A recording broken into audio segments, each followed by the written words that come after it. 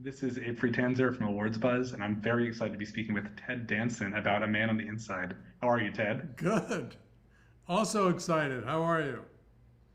I'm great. It's fun watching you in this show, but after seeing you recently in The Good Place and Curb Your Enthusiasm, I keep waiting for Charles to have this nice act and then turn around and say something mean. And we don't get any of that. He's just so authentic and so nice. He's a bit of an innocent. Yeah, he hasn't gotten out into the world for a very, very long time and is slowly shutting down. That first day that you see him go through, he doesn't say a word. He's literally by himself. He cuts out things and sends them to his daughter in the mail and all of that. So when he gets the opportunity, whimsically, to become this assistant to a private eye who's trying to figure out who's stealing what in a retirement home, he is delighted. He can't believe that he gets to play spy, and he's terrible at it, which is kind of funny. Um, but then it kind of spirals into, oh, wait a minute, there are real people here that I'm investigating, and with real lives and sadnesses and grief and conditions and things, and he slowly falls in love with them all more than the investigation. Had you seen or heard of the documentary before you found out about this Oh, project? yes, completely.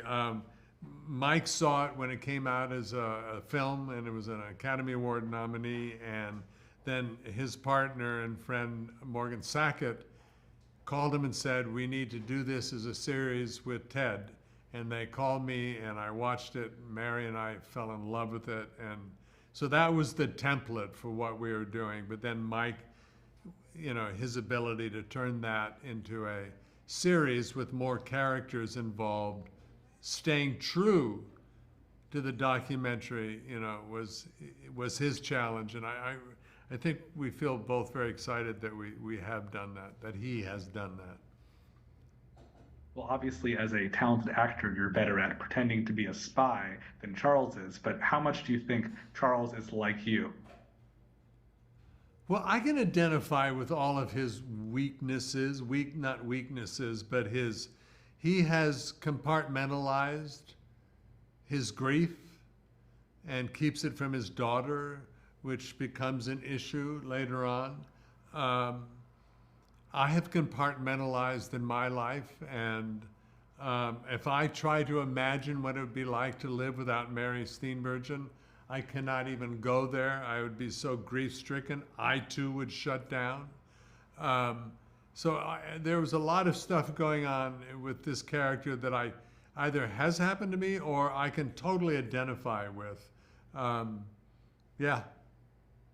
And also, one of the joys about taking this part for me is, even before this came my way, the last couple of years, I've been realizing what I want to do in life is share where I am as a person in my acting. And where I am as a person is starting to age.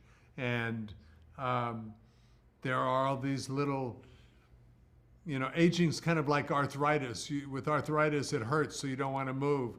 Aging kind of hurts, so you start to shut down. And the exact opposite is what is called for. I met Jane Fonda when I was turning 70 because she was working with Mary. And I, at 70, was starting to go, oh, I should find a place to kind of settle this plane down. And I looked at her, and she had her foot right on the gas pedal at 80, doing a full day on her show, Grace and Frankie, and then jumping on a bus and driving up to Sacramento to raise money for some women in the service industry. She's unstoppable.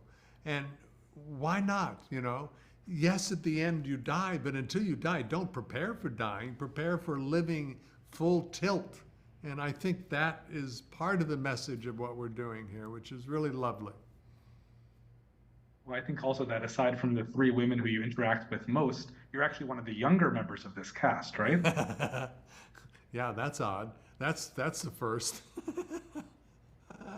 Yeah, Well, it's that's nice true. It to was see. so much fun to, Sally Struthers, who was, an icon with all of the work she did in the, what was it, 70s or All in the Family. I worked with Susan Rattan, or at least seen her work early on in my career.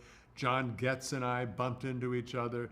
There's so many people that I've kind of grown up with in the business that we got to work together on this. It was really lovely. And then you're right, to have my daughter, Mary Elizabeth Ellis, is a brilliant actor, and she was wonderful. Lila Rich Creek Estrada plays the detective. She's brilliant. And Stephanie Beach is just brilliant. She's just wonderful as the head of the retirement home. For people coming to the show, They're also my 3 grandsons who are absolutely hysterical and wonderful.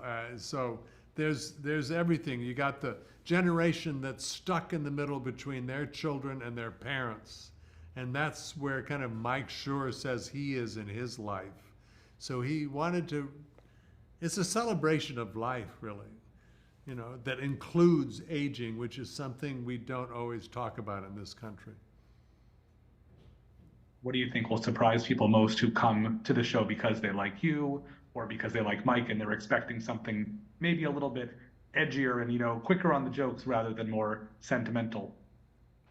We've talked to now in the last 2 or 3 days, and you never know what people's reactions are going to be.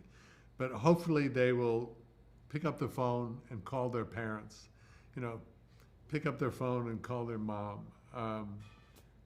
And I would hope that people my age would go, oh, I need to pick up my game here and, you know, put my foot back on the gas pedal. That's a great attitude. I assume that pending news of a renewal, you're definitely in for season 2 and beyond. Yes, fingers crossed. We would all jump at the chance to do this again. Do you feel like this is substantially different from a lot of the past roles that you've played? Yeah, I mean, it's wonderful to play an earnest, silly man. You know, I think that may be my forte in life. Absolutely. Well, this is Awards Buzz, so I'm always curious what the people I'm talking to are watching. There's a film, a show, or performance you've seen recently that has struck you as particularly awards worthy. Well, I'm always late to the game. You know, we're watching right now, just, I don't know if it's late to the game, but The Diplomat just is knocking my socks off. I think it's just amazing writing and really, really interesting. But there's so many, you know, there's so many.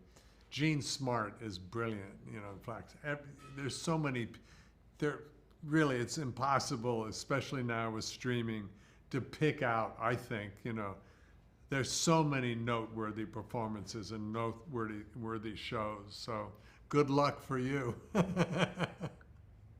While you wait for news of season 2 and this launches, do you have other projects that you're working on that you can share? Well, I'll share with you that I'm doing a podcast with Woody Harrelson called Where Everybody Knows Your Name, and it's bringing me great joy.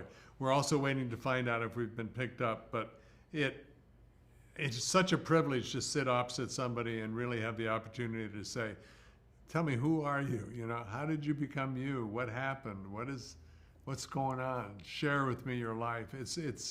It's a real privilege, and I wouldn't have thought that that was something I would want to do in life, and I'm having the best time.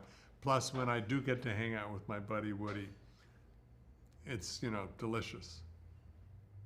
Wonderful. Well, I appreciate your positive spin on everything and wish you plenty of luck with this show. Thank you. Thanks, Ted. So nice to meet you. Yeah, bye-bye. Thanks for talking. Take care.